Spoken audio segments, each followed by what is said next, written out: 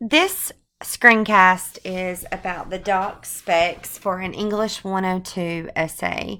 And so I'm going to go over the document specifications, the MLA format, and how to cite text. You get 30 points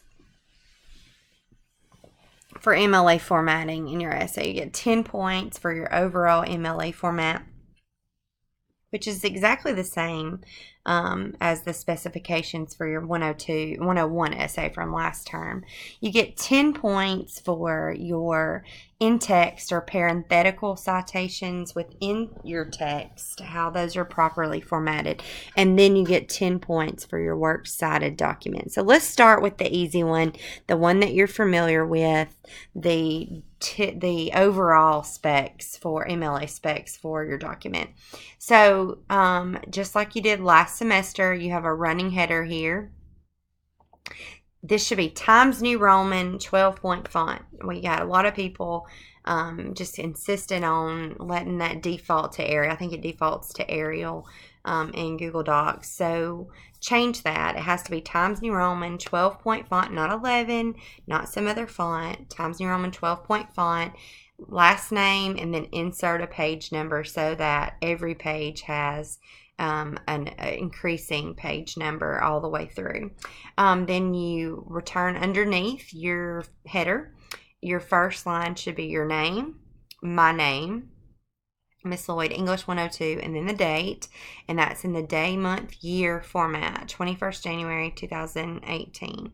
Okay, and then one line down from that in the center is your title. One line down from that, you begin your essay, and remember that you should tab over one indent space for your first line of your essay.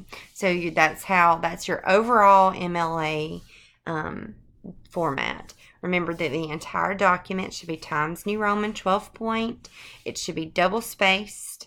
Your margins, which should default automatically to 1 inch on all sides, but to check that, you go to page setup and check to make sure that your margins are 1 inch on all sides. And then that running header should take care of making sure that all the pages are numbered and that you have your last name on every page of your document, last name and page number. On the last page of your essay, you have to have a works cited, okay? It has to be proper format in its form, but then the citations for the text that you're going to be citing inside your text have to be in MLA format. That means that they are in alphabetical order by last name of the author, and we'll go over the proper way to set that up in just a second. But I did want to show you something important. So running header is still here where it's supposed to be. First line should be the title of the page, which is works cited. Again, this is going to be the last page in your essay. And then you're going to have your citation, the first line of your citation. And I'm actually going to go to Google Docs so I can show you how to do this with Google Docs. So you're going to type the citation as normal. You're going to let it all left align, default to the left-hand side. So I've typed my citation. My first line is all the way left aligned, but my second line of a citation has to have a hanging indent. I'm going to show you how to create that really quickly.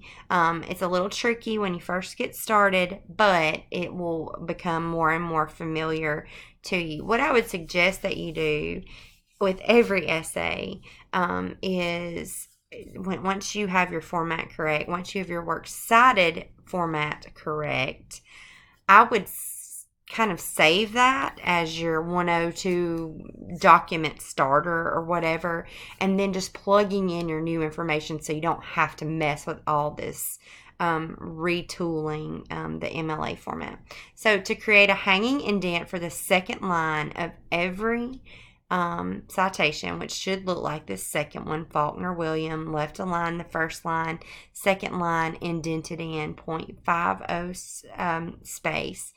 You can't just push the tab button. If you push the tab button, it'll do something crazy like disappear like mine just did, or it'll shift everything to the left. So highlight the second line and then go up here to where you see the margin arrow on your toolbar. And you're going to take the triangle and you're going to drag it over to the 0.50. And you're like, oh my gosh, it just moved everything. That's okay. Take the first line, highlight it, and then grab the top part, which is the little tiny bar, and move it over to the back to the left align space. Okay, so I've created a hanging indent. Highlight the second line, move it over to 0.50, highlight the first line, and drag it back over to the first line. And then to save yourself from having to do that every time, copy it, paste it, copy and paste it. Well, hello, stop, copy. My Surface Pro sometimes has a mind of its own. Use Control C here. And then I can paste it and then just fill in my information with my next site. And it's already formatted for me. I don't have to mess with all of that. Okay, so back to my doc specs. I've given you on the third page of this doc spec document how to cite multiple different ones, books with one author, which really doesn't play an important role for us here.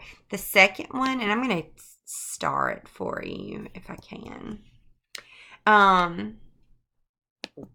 The second one is the one that you're going to need every single time for everything that we're going to do. So the citation of work in an anthology, that's what we're working from. Every text is coming from an anthology. I kind of gave you the text that you didn't have to buy the textbook, but we will cite it based off of this anthology every single time. Okay, so every text we will read this term is going to follow the same format. Last name of the author, comma, first name, period. Title of the the text, so it goes in parentheses with the period inside the quotation marks. The title of the collection, comma, edited by editor's name or names, comma, publisher, comma, year, comma, page range of entry. So this one, The Story of an Hour, is the actual citation for the text. Chopin, comma, Kate, Story of an Hour, Bedford Introduction to Literature is where I got all of your texts from. So you can use exactly this particular cite every time for the rest of the essays. You just have to change out the author and the story and the page numbers. Okay, so that is this. And this actually, what I've given you here in the example is actually the citation for your first essay, the works cited page. You're welcome. So it will be, you can use this exact one and then duplicate it for the next ones. Then you have parenthetical citation, so quotations within your paper. So when you're quoting another writer's words, you have to introduce and contextualize the quote. You have to include the author's last name and page number. So I'm giving you several possible ways to introduce your quotes in MLA format. Remember that you get 10 points on your essay for doing this. So you can use a full sentence followed by a colon to introduce a quotation. Note that the quote receives a capital letter because it's a complete sentence. If it's a complete sentence, capitalize it. If it's a fragment or a phrase, it doesn't receive a capitalization. So the setting emphasizes deception. I'm given a colon here. I've set up my quote just as it appears in the text. And then you don't put the ending punctuation. Instead, you do a parenthetical citation here with the author's last name and the page number that you got it from. Piercy ends the poem on an ironic note, colon, to every woman a happy ending, same thing. Because I use the author's last name here, I don't have to include it in my parenthetical. All I need is my page number. You can also begin a sentence with your own words and then complete it with quoted words. Okay. Hamlet's task is to avenge again, it's just a fragment of a quote, so I don't have to capitalize it. Avenge a foul and most unnatural murder. I'm going to use Shakespeare's, my author, page number is 925. There. The speaker is mystified by her sleeping baby whose moth breath flickers among flat pink roses. And I use the author's name and the page number again here with my ending punctuation at the end. If you say Hamlet says or Hamlet's remarks, Hamlet writes, Shakespeare notes, comments, observes, you want to do you can use any of these other than says. You want to avoid using says unless the words were originally spoken out loud. But if you do use one of these tags, then you would use a comma. Smith states, comma, this book is terrific. Smith remarks, comma. Okay, you don't do that here because I'm folding it into my own text with a quote. I'm not stating what Hamlet said. I'm saying Hamlet's task is to avenge. So those are the difference here, when to use a comma, when not to use a comma.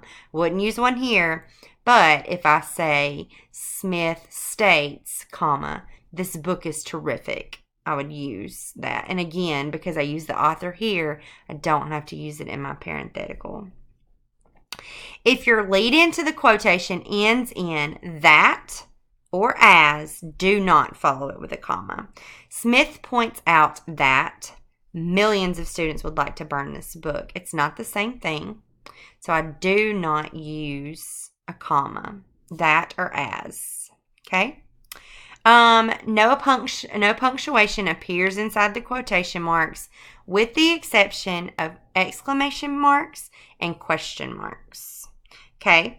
Even if the quoted material is a complete sentence, all ending punctuation goes after the in text, which comes here, ending punctuation after my in text or my parenthetical citation. Okay, there's a website. I've given you a website for the Purdue, the Owl at Purdue, which is a great resource. And I've given you the website here, Owl, the English Purdue MLA. They have MLA, APA, any kind of format that you could possibly imagine. I know this was really brief, but if you follow this document exactly, you should be able to nail the 30 points every time on your essays. I'm going to teach you in another screencast how to make a quote sandwich. And I'll talk about that pretty regularly throughout the unit. So throughout the semester. So when I say making a quote sandwich, you'll understand, what I'm talking about. But we'll talk about quotes a little bit further in another screencast. So I hope this helps. Use this. Save it once you've got one done, and then just make a copy and plug in new information. That way you won't have to reformat your document every time.